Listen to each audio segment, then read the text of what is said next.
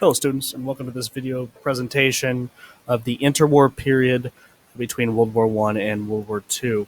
We're just going to jump right in to make sure we get through everything that we possibly can. We're going to talk about this in class, so I wouldn't worry about it right now, but you do need to know that the stock market as a entity has a great impact on the economy and how things tend to work in the real world. So we're going to talk a lot about that in class, partially why we are doing this video lecture today. So post World War One, we talked about this yesterday. The United States is going to be in an economic boom.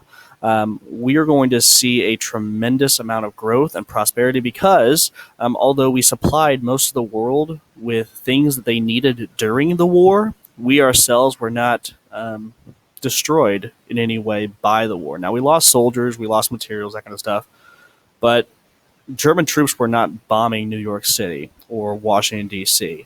And so we didn't really have to rebuild anything. We just got all the economic benefits from the war. In the 1920s, immediately after the war, we're going to sell Europe a lot of its stuff to help rebuild.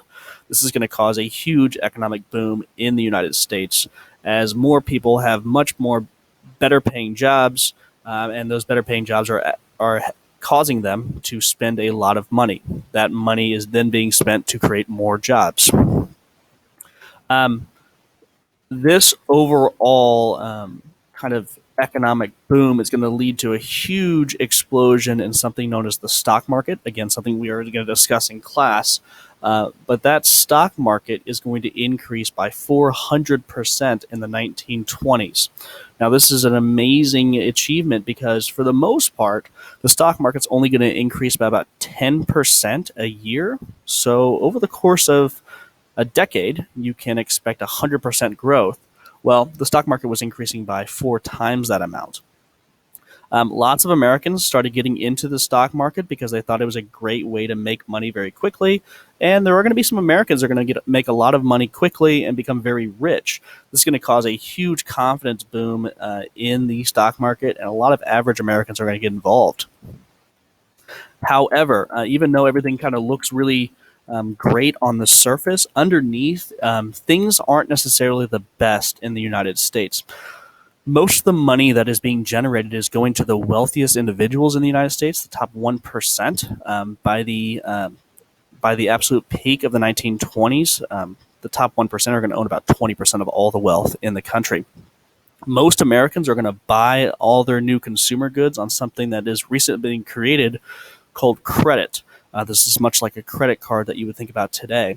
Eventually, that credit is going to run out, and it's going to start causing problems. But at the time, the 1920s, everyone had plenty of money to spend, and so that money was being spent whenever and wherever they wanted.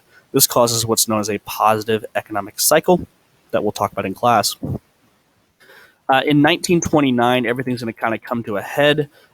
People essentially in 1929 ran out of credit, so they stopped spending money. When they stopped spending money,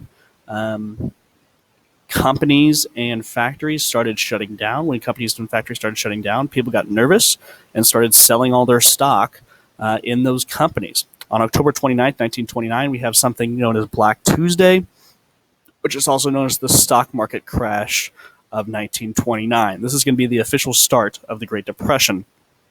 Here is Black Tuesday. You can see there's a tremendous dip in the stock market there. That's going to proceed a tremendous drop overall in the stock market over the course of the next few years, all the way until 1932 was going to be its lowest point.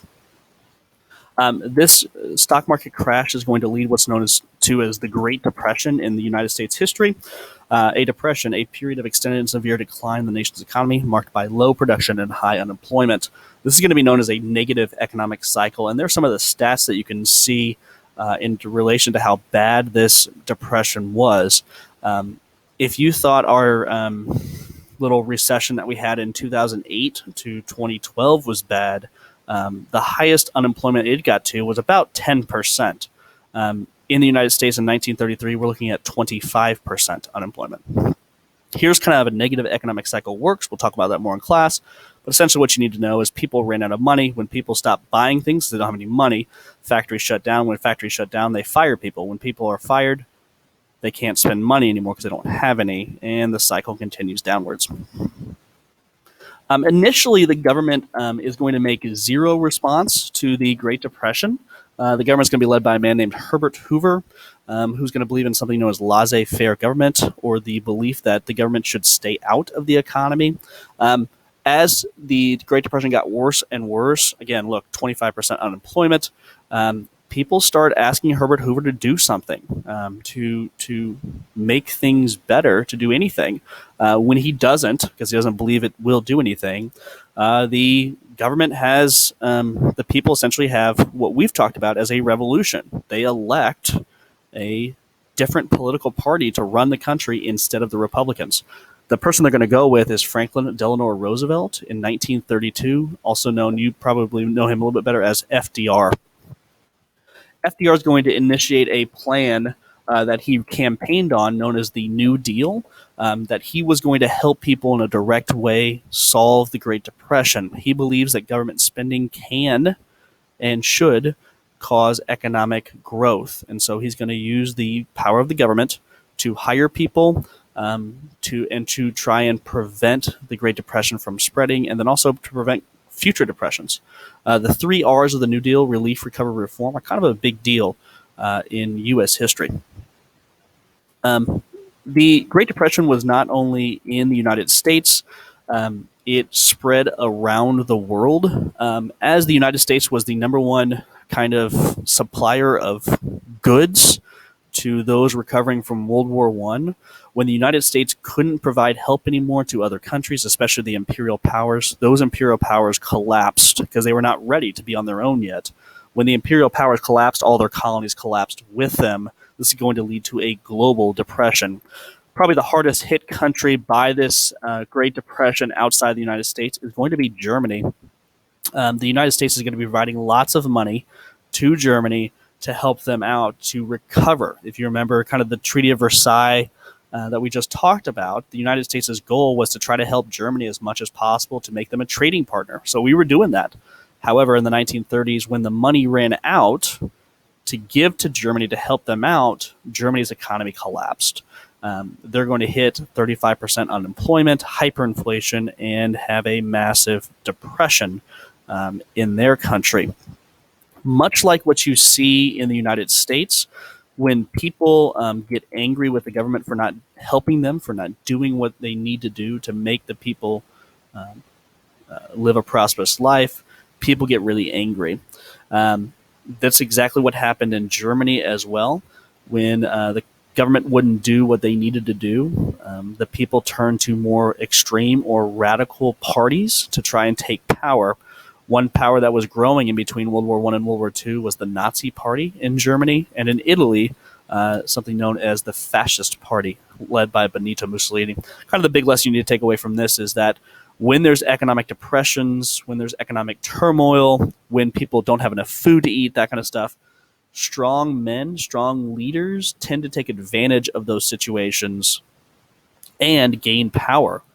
You can use this as an example for, and we'll talk about this later, but FDR is a perfect example of a strong leader taking advantage of a depression and gaining power.